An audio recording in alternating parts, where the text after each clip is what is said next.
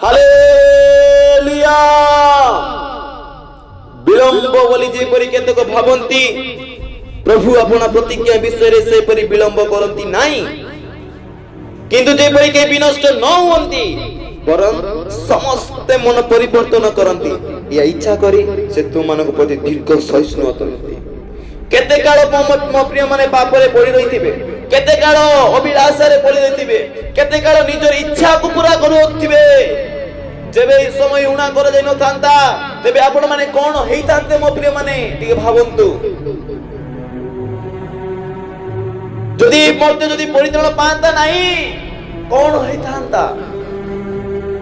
मात्र लोकम मनित लोक मानक सकासे एई समय उणा कर जाय अछि।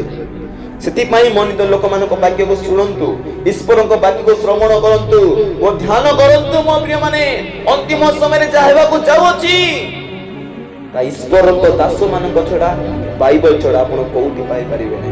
एथि पई मो प्रिय माने आपण माने परिहास करू छथि, एथि पई आपण माने जानि नांती दुनिया की प्रकार से चलबा को जाउ अछि। ईश्वर को वाक्य को सुनंतु, ईश्वर को वाक्य प्रति कर्णपात करंतु, तेबे जे आपण अपना जीवन बचिबो, तेबे जे निज निज प्रस्तुत हेबे परमेश्वर को द्वितीय आगमन निमंते। परमेश्वर कहिले जागु संचित धन बोली यात्रा पुस्तक 19:5 लिखा जाए, परमेश्वर जाको संचित धन बोली कहिले सेही संचित धन को विनष्ट करिया पाई, सेही संचित धन को लुप्त करिबा पाई आज परमेश्वर आकाश मंडल को पृथ्वी को संचित कर रखे छथि। एति पाई कि तांका संचित धन को पूरा लुप्त कर देबे।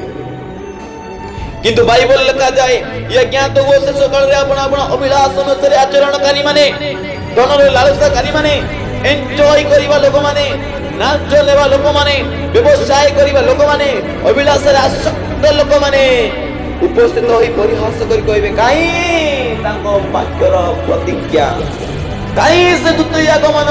केते लोक ए परका मरि गलेनी, केते लोककर जुग शेष होई गलानी। आगे जेमिति पृथ्वी थिला आज भी सेमिति पृथ्वी अछंती मो प्रिय माने। आगे जे प्रकार लोक थिले आज भी से प्रकार लोक अछंती बोली निज निज जीवन निमंते प्रतारणा करती, प्रवंचना करती निज निज को।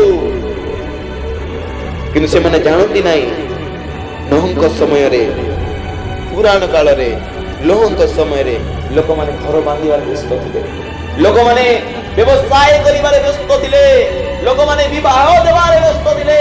किंतु हठात अकस्मात विपद आसी पहुंचिला, केही भी जानि पारले नाही।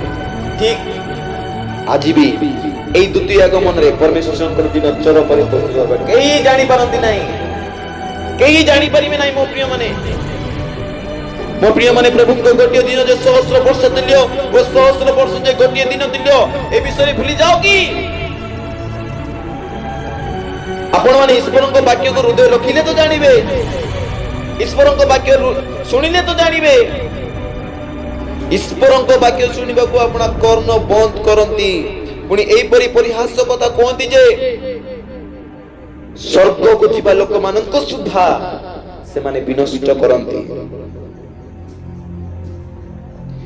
मो प्रिय माने शेषरे काको दोषी करिबे ना। देखंतु निजर भूल निजको दोष देखाइबो, निजर भूल निजको देखाइ देबो, निजर पाप जो पाप आपण माने करंती से पाप ईश्वर को सम्मुख रे दोषी आपण करि देबो। एई पापी बोली जणै देबो। मो प्रिय माने निजको प्रस्तुत करू सावधान।